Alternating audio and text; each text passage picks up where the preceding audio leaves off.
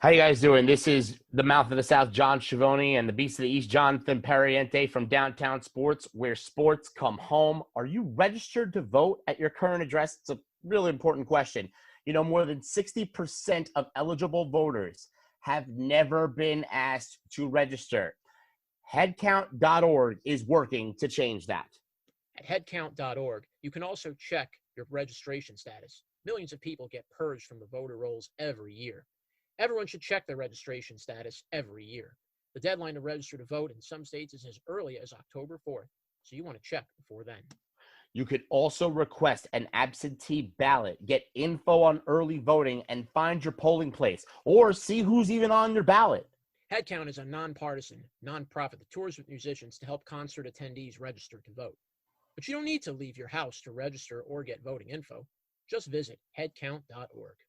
Register to vote today at www.headcount.org. Once again, www.headcount.org. Let your voice be heard.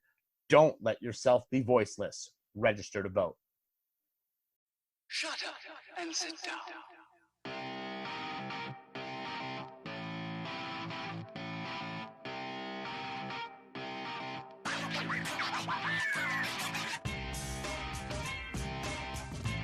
Yankees and Mets baseball is back.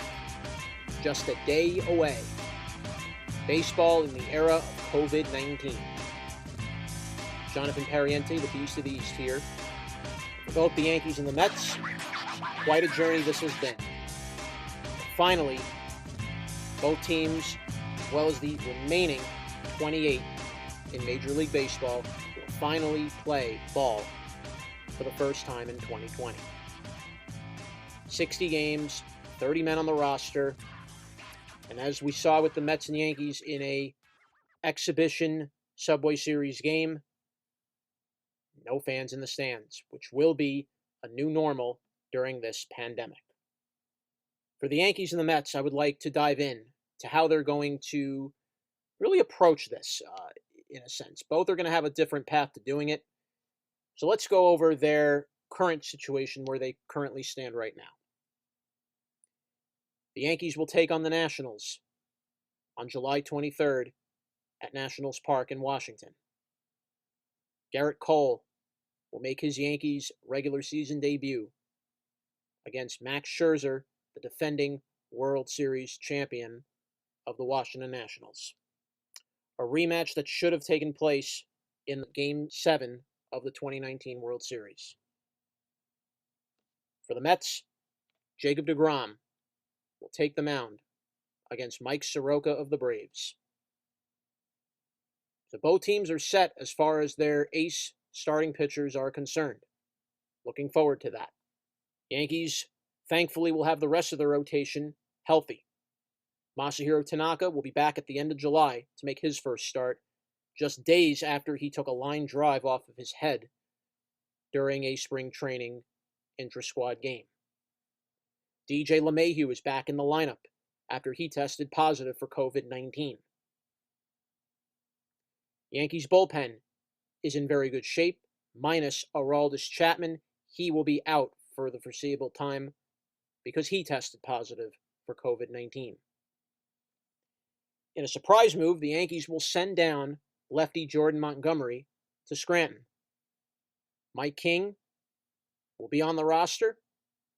David Hale, Luis Avilan will be additional call-ups on the Yankees' current 30-man roster. Chris Iannetta will be the Yankees' third catcher behind the plate with Gary Sanchez and Kyle Higashioka. Aaron Judge is back in the lineup healthy. Giancarlo Stanton healthy. So the Yankees have basically everything set at their disposal. The Yankees will likely go with a bullpen game for their fifth starter. And probably you'll see Montgomery return within a short amount of time eventually to fill in that fifth spot. So the Yankees have a plan in place for their 60 games, how they will approach this. The Mets, Jacob deGrom will be the first starter. Will be very interesting to see how the Mets will follow that. No Noah Syndergaard this year, out with Tommy John. The Mets have placed Jed Lowry on the IL, who has been unable to stay healthy all year. Then you have question marks for the rest of the rotation. Steven Matz, Rick Porcello, Michael Wacha. All these new additions to the Mets staff. Will they be able to provide consistent starts following Jacob deGrom? Mets bullpen will be a question as well. The Mets did pick up Dellin Betances from the Yankees. Will he be that solid eighth inning piece the Mets have needed for years? Who will be the Mets closer? Is Edwin Diaz going to bounce back? Is Jerry's Familia going to bounce back? Is Seth Lugo going to have the great year that he once had? The Mets also will have Yoenis Cespedes back in the lineup for the first time in 2 years. He will serve as a DH. That's right, the National League is adopting the DH rule for this year. I will get into more of the rule changes for this year as well in a little bit. But that is the story for now with the Mets and how they're going to start things off. A new manager as well, a rookie manager in Luis Rojas. How will he manage a 60-game stretch for these Mets? Aaron Boone is now entering his 3rd year as the Yankees manager. He believes, despite no fans in the stands, it will give the Yankees an advantage. How it will play out, we'll see. But that's the story for the Mets and the Yankees as of right now. So they have a plan in place. Now, for the rest of Major League Baseball and the other teams, let me just throw this point out. This will take only about 3 minutes. Let's start the clock. You're going to see some different rules now for Major League Baseball in 2020. For one, the DH for both the National and American League, which will put less stress on the pitchers having to bat. You won't even see them bat anymore. Could save an injury. The 3-batter rule is now going to be applied this year.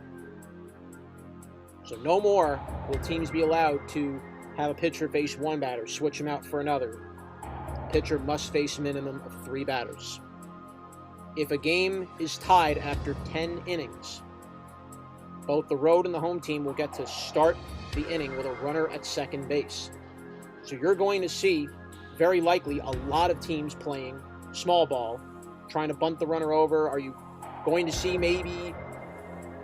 maybe see teams begin to take different approaches to playing with that man on second to start each inning off?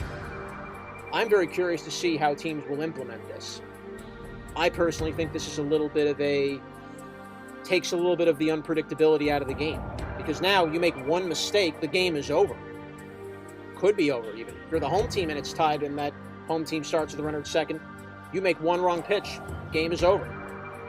So it really ratchets up the pressure on all these teams if a game were to stretch past 10 innings.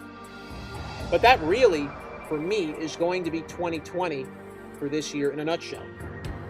It's 60 games in a season. The margin for error is so small. Neither team can afford to go on a bad stretch. Because that right there, ladies and gentlemen, will be the difference if you make it into the playoffs or not. You might even see some of the worst teams that you would never expect to see through 60 games make it in this year. That's how different 2020 is going to be. So I'm very fascinated to really see how these teams will adjust. But I'll say this right now. If there's anybody that this is going to be magnified on more than ever, even though it's no fans, the managers for all 30 teams are going to be under more pressure, I think, than they've been in a long time. The smallest mistake by a manager that you make in any of these 60 games will be the difference of the win or a loss. It will be magnified whether you make it into the playoffs or not, or if you win or lose the World Series all together. So, ladies and gentlemen, here we go. The road to the World Series will officially begin now. Who will be the 2020 World Series champion during the pandemic of COVID-19? It's great to see sports back. Major League Baseball will be the first of the major North American sports to really see if this was a good idea to return during the height of a pandemic. If this works, we can really say sports could be the best medicine right now to combat COVID-19. We will see how it brings the U.S. back together. Let's play ball. You can listen to Downtown Sports and to these rants on 9 different platforms. We are on Anchor, we are on Breaker, Radio Public, Spotify, Google Podcasts, Apple Podcasts, Overcasts, Pocket Cast, and on Castbox. You can listen every Tuesday and Wednesday for rants, live episodes. For right now, Beast of the East, saying bye for now.